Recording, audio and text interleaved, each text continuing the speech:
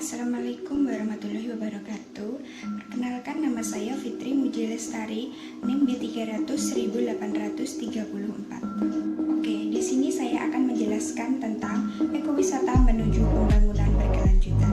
Apa sih itu ekowisata? Jadi, ekowisata itu adalah suatu konsep pengembangan pariwisata berkelanjutan yang bertujuan untuk mendukung upaya-upaya pelestarian lingkungan, alam, dan budaya, serta meningkatkan partisipasi masyarakat dalam pengelolaan konservatif sehingga memberikan manfaat ekonomi kepada masyarakat setempat. Maka bisa disimpulkan bahwa ekowisata itu adalah suatu kegiatan wisata yang bertanggung jawab terhadap kesejahteraan masyarakat setempat dan pelestarian lingkungan. Ekowisata menuju pembangunan berkelanjutan.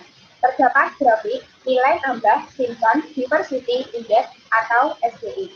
Pada bagian ini disediakan data hipotesis proyek ekowisata yang akan dilaksanakan dalam periode proyek 10 tahun dengan harga diskon 13% untuk setiap tahunnya. Pada gambar tersebut terlihat dampak dari penambahan dengan proyek dan tanpa proyek yang membedakan GAP sebagai tambahan proyek untuk meningkatkan indeks keanekaragaman hayati. Estimasi ini dihitung berdasarkan asumsi bahwa dengan proyek ekowisata, masyarakat lokal mampu membiayai peningkatan keanekaragaman di kawasan hutan lokal. Kegiatan pembiayaan ini dilakukan melalui ekowisata dengan mendirikan situs pariwisata sebagai belanja modal dan belanja operasional yang berkontribusi pada penciptaan lapangan kerja dan meningkatkan manfaat untuk pendapatan di sekitar kawasan. Kemudian, grafik meningkatkan penciptaan tenaga kerja di daerah. Pada gambar tersebut terlihat bahwa proyek ekowisata menghasilkan penciptaan tenaga kerja dan meningkatkan pendapatan dari Rp7.500.000 menjadi Rp23 juta setiap tahunnya. Manfaat ini diperoleh masyarakat lokal yang meningkatkan peningkatan sumber daya alam dan juga penciptaan tenaga kerja. Dalam hal pertumbuhan inklusif, peningkatan partisipasi penciptaan tenaga kerja rata-rata meningkat 2 kali lipat atau 2,05 per pekerja selama pelaksanaan proyek. Diasumsikan bahwa pengunjung datang ke lokasi wisata ini dengan tidak berlebihan asumsi dalam setahun atau 2.500 pengunjung untuk setiap tahun tanpa ada peningkatan. Pendapatan dihasilkan melalui 3 jenis, yaitu berdasarkan pekerjaan kabin, daya tarik pengunjung, dan hanya berjalan di sekitar lokasi. Diberlakukan tiket atraksi dengan harga yang sama dengan tiket masuk. Setiap pengunjung akan mendapatkan atraksi dengan bermain koin golf, flying fox, dan atraksi lainnya. Dengan penawaran ini, biasanya pengunjung akan mengambil kedua tiket tersebut selain tiket masuk. Untuk detail item pendapatan, kami sediakan di spreadsheet di bawah. Menurut analisa finansial economic rate of return, dihitung sebesar 20,4% yang berarti proyek tersebut layak untuk dilanjutkan dan untuk dilaksanakan.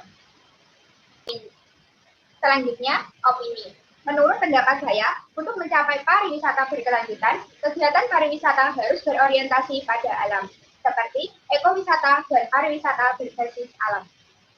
Karena konsep pariwisata berkelanjutan mengarahkan dan memberikan kesadaran bagi wisatawan yang datang untuk melindungi, bukan untuk merusak daerah yang mereka kunjungi. Kepedulian terhadap masalah lingkungan dan perbedaan antar bangsa serta budaya mempengaruhi sikap dan kesadaran terhadap isu-isu berkelanjutan. Ketergantungan sebagai hubungan yang kuat antara pengalaman utuh, lingkungan bersih, kawasan alam yang menarik, sejarah otentik dan tradisi budaya yang para pelaku tersebut saling terkait dan saling atribut. Melalui aspek-aspek tersebut, pariwisata menghasilkan situasi sensitif yang menghasilkan keuntungan dan kerugian. Keuntungan pariwisata menciptakan peluang untuk pengembangan usaha dan penciptaan lapangan kerja melalui stimulasi investasi untuk layanan lokal, mendatangkan nilai tambah ekonomi, sumber daya alam, dan budaya untuk lebih melestarikan dan meningkatkan dukungan pelestarian baik dari masyarakat lokal maupun pengunjung. Meningkatkan keuntungan antara lingkungan dan hubungan antar budaya. Di sisi lain, pariwisata menyebabkan tekanan langsung dari ekosistem yang rapuh menuju degradasi lingkungan fisik dan gangguan terhadap satwa liar, meningkatkan tekanan pada komunitas lokal dan menyebabkan dislokasi masyarakat asli. Berkontribusi terhadap pencemaran lokal dan global, merugikan lingkungan dengan memanfaatkan sumber daya yang langka, terutama tanah dan air yang menyebabkan sumber pendapatan yang rentan dan tidak stabil yang mengakibatkan menurunnya data ekosistem lokasi pariwisata. Kemudian, menurut saya, pariwisata hendaknya mampu mendorong masyarakat berpartisipasi secara aktif dalam pembangunan dalam rangka mencapai tujuan kesejahteraan yang diinginkan.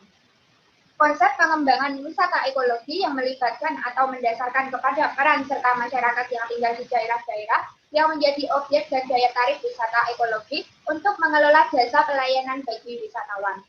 Termasuk di dalamnya memberi nilai manfaat yang besar bagi masyarakat serta keuntungan orientasi jangka panjang.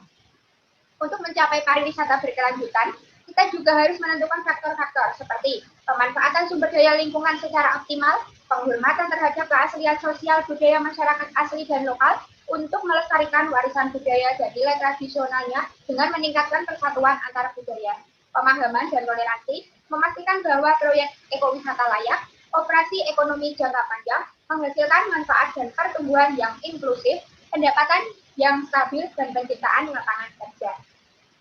Kemudian menurut sumber lain, menurut UNEP dan WTO pada tahun 2005, hubungan khusus antara pariwisata dan pembangunan berkelanjutan muncul karena 3 aspek penting, yaitu interaksi, kesadaran, dan ketergantungan. Menurut Simpson pada tahun 1949, tujuan proyek adalah meningkatkan manfaat kawasan konservasi alam atau hutan dengan meningkatkan indeks keanekaragaman serta untuk menunjukkan peningkatan konservasi alam dalam istilah tambahan. Kemudian, menurut Waring and Nell tahun 2009, indikator ideal ekowisata sebagai dasar kegiatan ekowisata terdiri dari 1. Tidak boleh merusak sumber daya pembangunan dan harus sesuai dengan praktik terbaik yang berkelanjutan secara ekologis. Yang kedua, harus memberikan manfaat sosial, ekonomi, dan lingkungan jangka panjang bagi masyarakat lokal. Yang ketiga, harus mengenali batasan pertumbuhan dan kebutuhan manajemen yang berorientasi pada penawaran.